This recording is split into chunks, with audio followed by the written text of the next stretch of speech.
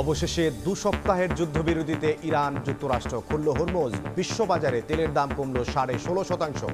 মধ্যপ্রাচ্যে স্বস্তি, স্বাগত জানালেন বিশ্ব নেতারা।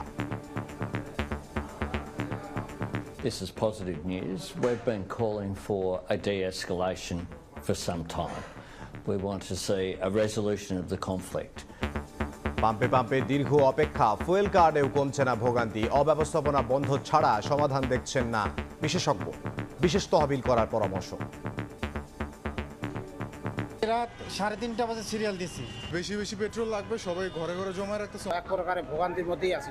আগেই সরকারের সমস্ত জ্বালানি খাত সেক্টরের অপরাধমূলক কার্যক্রম থেকে জ্বালানি খাতকে মুক্তি দিতে।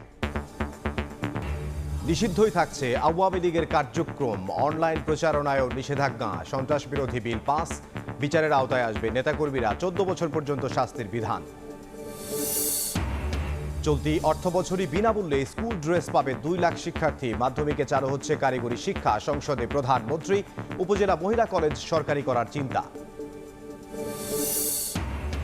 হাম সংক্রমণে বাড়ছে মৃত্যু, আতঙ্কে অভিভাবক। 2 সপ্তাহ এগিয়ে সারা দেশে টিকাদান শুরু। 20 এপ্রিল কেনা হচ্ছে আরও 419 কোটি টাকার ভ্যাকসিন, জানালেন স্বাস্থ্যমন্ত্রী।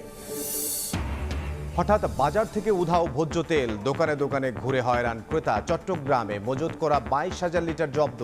কারসাজি বন্ধের দাবিতে ক্যাবের মানববন্ধন। এবং পররাষ্ট্রমন্ত্রীর দিল্লি সফরের মধ্যেই সীমান্তে হত্যা। লালমনিরহাটে বিএসএফ এর গুলিতে প্রাণ গেল বাংলাদেশি যুবকের। মরদেহ ফিরিয়ে আনতে পতাকা বৈঠকের উদ্যোগ।